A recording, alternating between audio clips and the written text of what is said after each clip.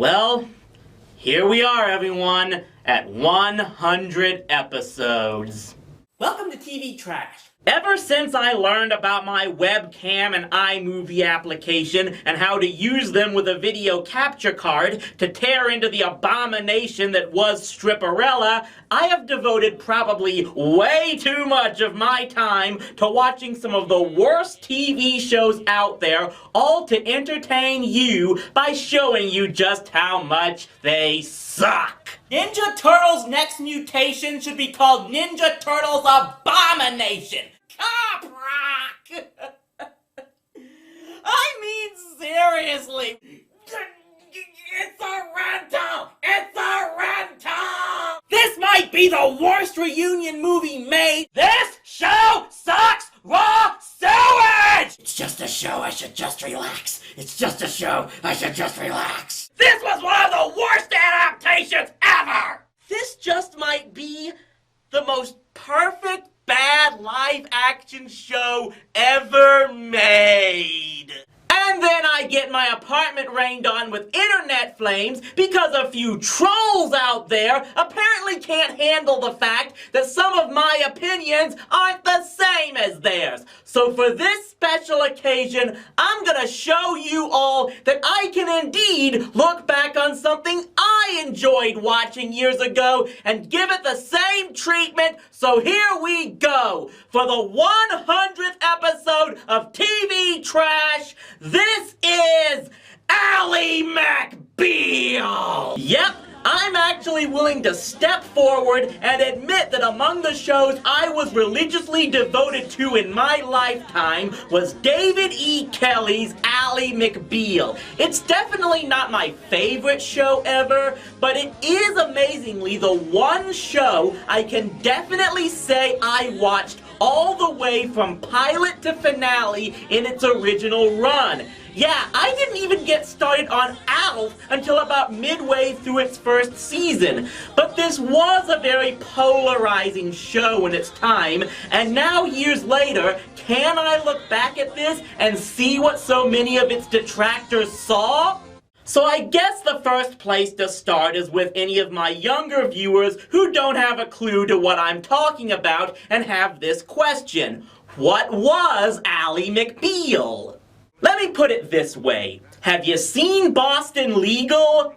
That's pretty much it. Ally McBeal is basically Boston Legal from 15 years earlier using characters about 30 years younger. And yes, both shows were made by the same creator, which isn't that surprising since, like Ruby and Spears, David Kelley really seems to have an issue recycling the same concepts over and over. Of course, there is one big difference in the two shows, and that would be our main character here. Ladies and gentlemen, allow me to introduce one of the most notorious and ridiculed TV characters of the 90s. Ally McBeal, as played by Callista Flockhart, is introduced to us in the pilot's teaser scene as someone who devoted her whole life up to this point to chasing after the boy she had a crush on as a kid, Billy, right up to going to Harvard Law School just to remain near him, which hits a major bump when he transfers to Michigan. So basically you're putting your law career between us.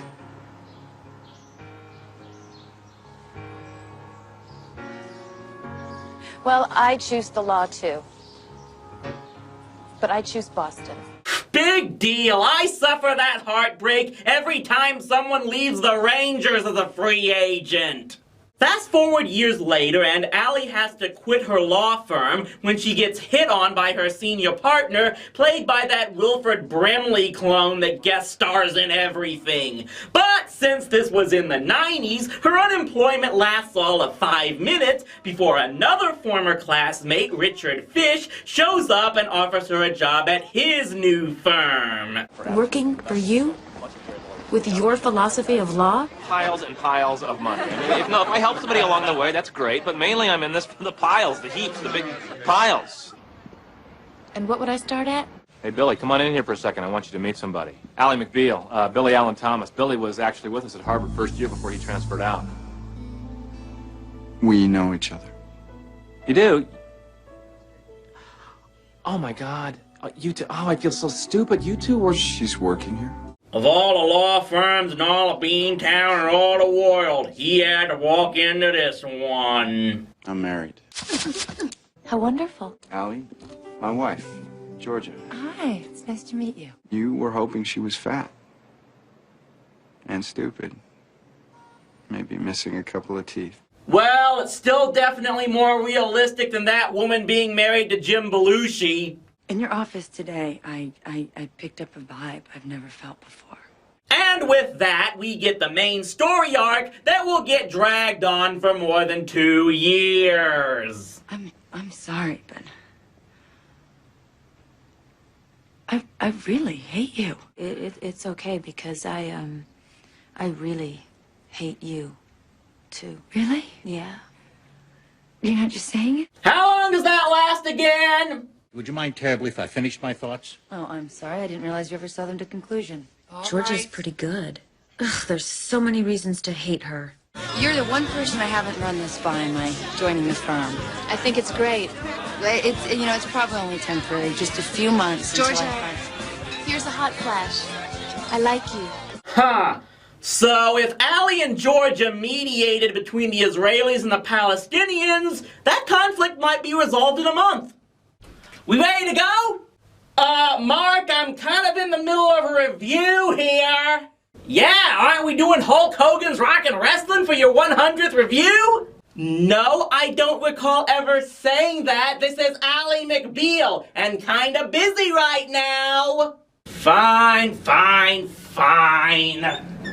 But I am gonna get to do my show again one of these days, right? Get out! Boy, that guy's getting cranky. Hopefully they'll take the belt off CM Punk soon.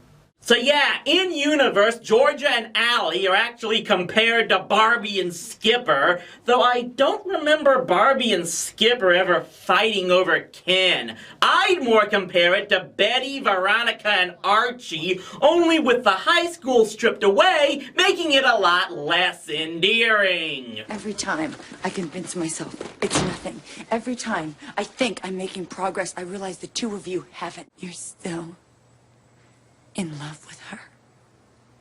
If you and Billy were somehow stranded on a deserted island together, no one around, no one would ever find out, couldn't possibly find out.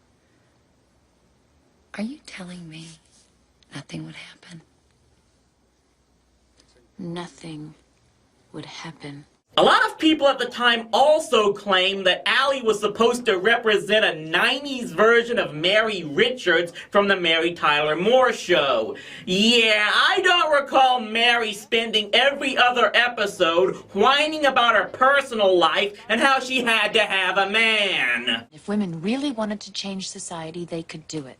I plan to change it. I just want to get married first. In fact, this type of persona kinda reminds me of some other character. Who was she and what was she doing in your living room? I'm really not exaggerating here. Ally McBeal is basically a live-action version of Cassie. If I ever get that time machine, I'm going back to 1997 and smacking myself upside the head for what I was reading and watching at the time.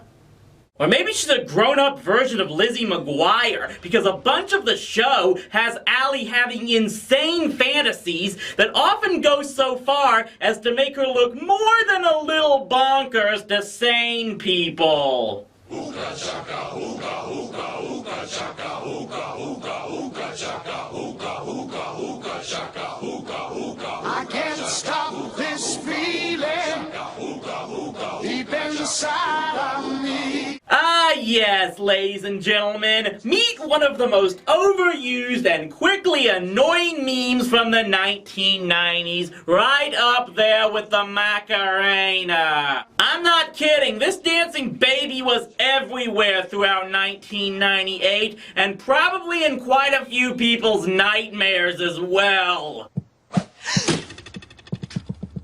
That little huggy bastard just threw a spear at me.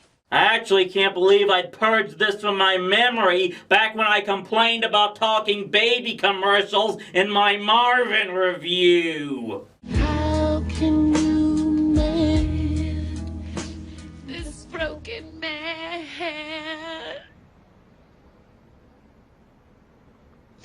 How does a loser ever win? Get out! Lady, I question my own sanity every day from living with 4 talking plush cats and a hot blonde in a bottle, and I'm telling you to get professional help!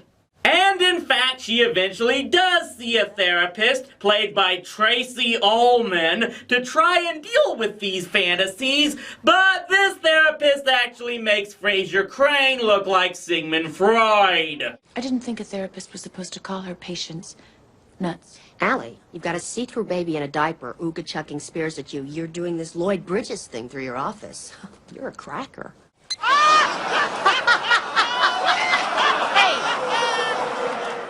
Sometimes when a patient says something so naive, I find that my own laughter just isn't enough. What kind of a therapist laughs at her patients? I don't laugh at all of them. Why can't you call him? To call is to pursue, and to pursue makes you look too interested, and then it makes him desire you less, and it's all right there in the book, Renee. I was actually attracted to this character at one point, right there with Xena and the Pink Ranger. Coca-Cola must have been spiking their drinks with something in the 90s. Allie, what makes your problems bigger than everybody else's? They're mine. Thanks for not wanting a man. Thank you for not needing one. Thanks for all the millions and millions of awful men that I don't need and I don't want. Thanks for not having my back tickled in so long that I don't even remember what it feels like. There's a real fine line between being sassy and being a shrew. This lady jumps back and forth across that line so much, she'll give you whiplash.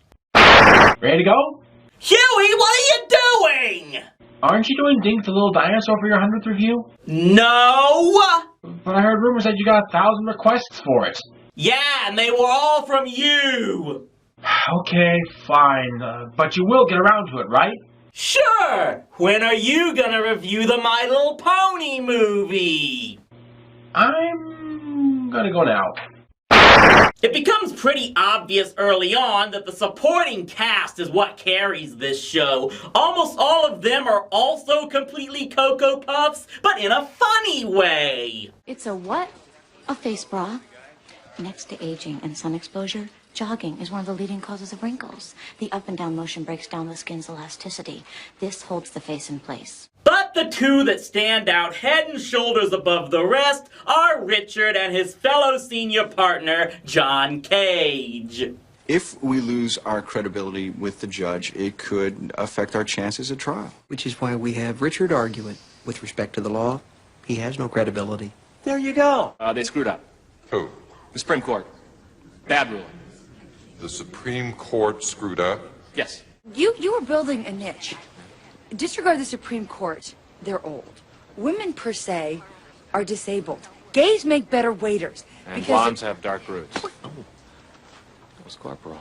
Greg German is one of the absolute best at playing a likable slimeball. He's clearly meant to represent everything that most people think lawyers are like, and is so over the top in his greed and political incorrectness that it actually becomes funny, especially because he finishes every argument assuming he's convinced everyone he's right. So your client is basically suing him for actions he engaged in with other women?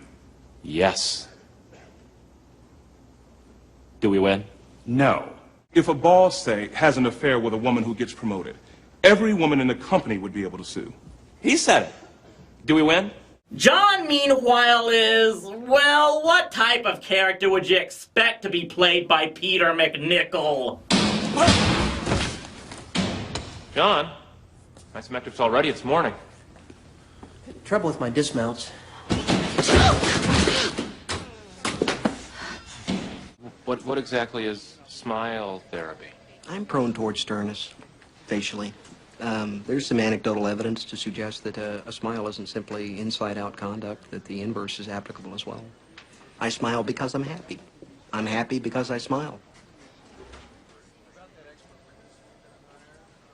This is pretty much John Cage. 90% of the time, he's a complete goofball who you'd probably run up the flagpole if this was high school. But if you're up against him in a courtroom, he is your absolute worst nightmare. He served 18 years and tried to escape with a month to go? My client needs somebody to pull a rabbit out of a hat, and I'm told you can do it. He had to go over that wall. 18 years. Collecting those rubber bands. To survive in prison, you need hope. And for nearly 2 decades, he fixed all his hope on just one single moment. And when that moment finally came, how could he not seize it? Jeez freaking Louise, Johnny Cochran would bow down and worship this guy. Actually, the more I think about it, Richard and John make the perfect business couple. Richard is a terrible litigator, but he's a great salesman. He's able to lure clients over to his firm by convincing him he can do the impossible for them. You want to bankrupt somebody, cost him everything he's worked for, make his wife leave him, even cause his kids to cry. Now, we can do that. And then John goes out and actually does the impossible just as planned. This bookstore was your pool table, wasn't it, Senator? Your opportunity to convince the folks in River City they had big trouble. This bookstore was trouble. Oh, yes, pushing stuff like Balzac. They didn't even sell X-rated adult books like those stores in the red light district. Why not go after them? I went after them all. No, sir. Shirley Peterson's was the only store you mentioned by name in your television spot. Objection, Your Honor. He does this. He's wearing squeaky shoes on purpose. He's trying to trivialize this so we don't take it seriously, and this is what he does. Move to strike that. My shoes aren't squeaking. See? That's all I have. Of course, I'm not sure exactly how impossible some of these cases are to win, given that they pretty much border on the ludicrous. We take cases with no legal merit. I just went over this Eva Curry file. She has no cause of action. Of course she does. Race, ipsa, retainer. This woman has gotten nothing but good treatment from her boss. We're going to sue for sexual harassment?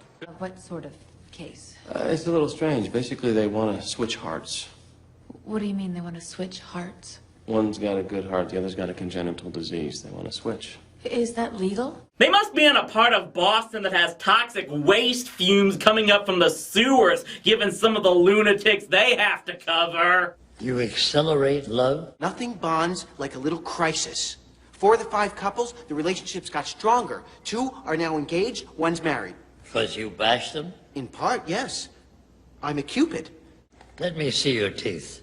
Yeah, really, we should have expected this would happen to our legal system. 1 lawsuit because a McDonald's customer didn't know how to use a cup holder and everything goes to hell. We just love to live in a politically correct world. It's so evolved, isn't it? But where along the way did we pass the law against common sense? Why don't you tell me?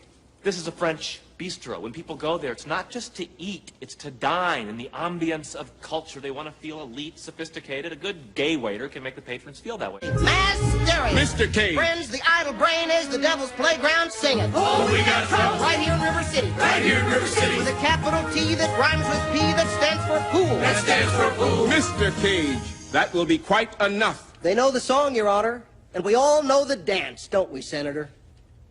It really kicks into overdrive in the 2nd season when the firm hires Ice Princess Nell Porter, played by Portia de Rossi, who brings in a major client, Ling, played by Lucy Liu. And this show's not exactly subtle in making it know that Ling's the queen biatch, as evidenced by her entrance music.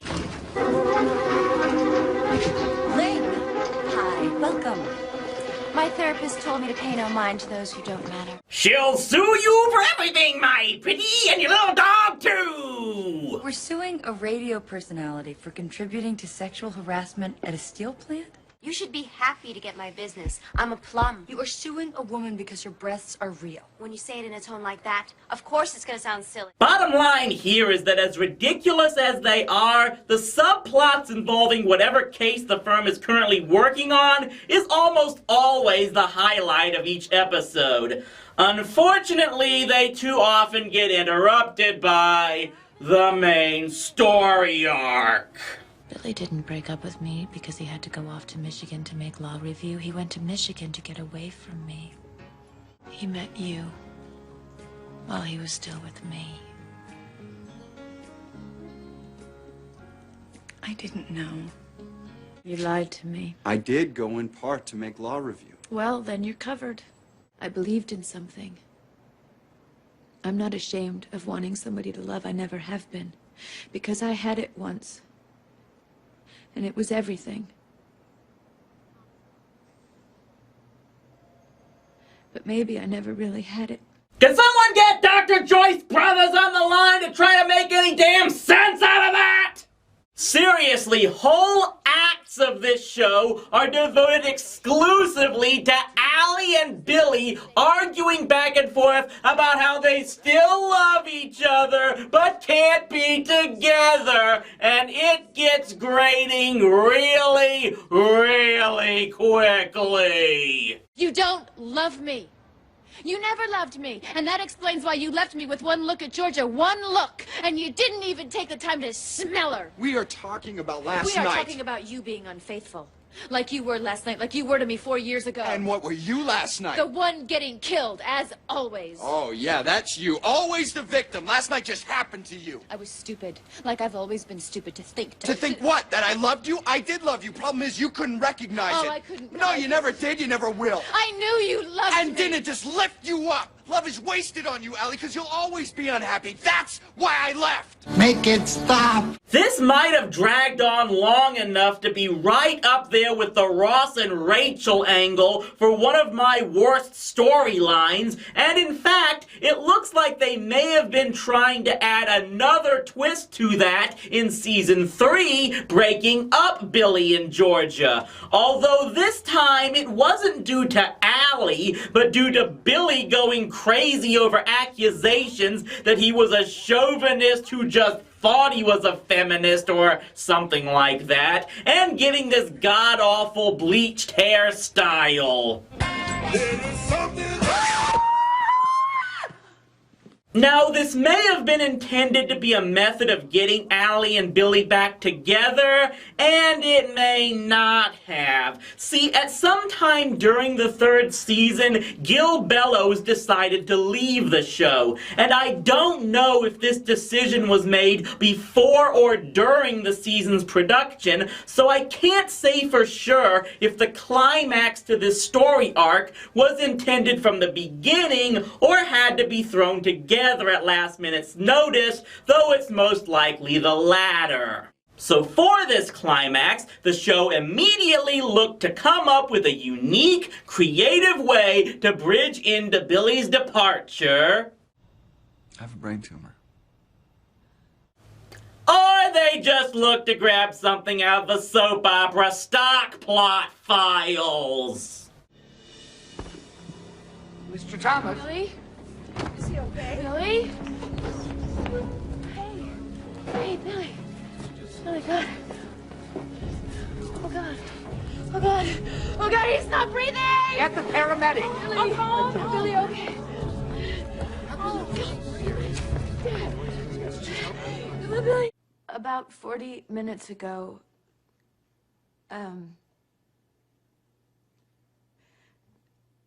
Billy Thomas passed away.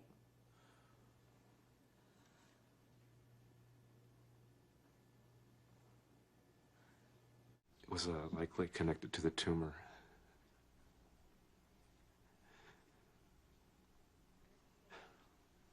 It's one of those things they say, you know, I don't know.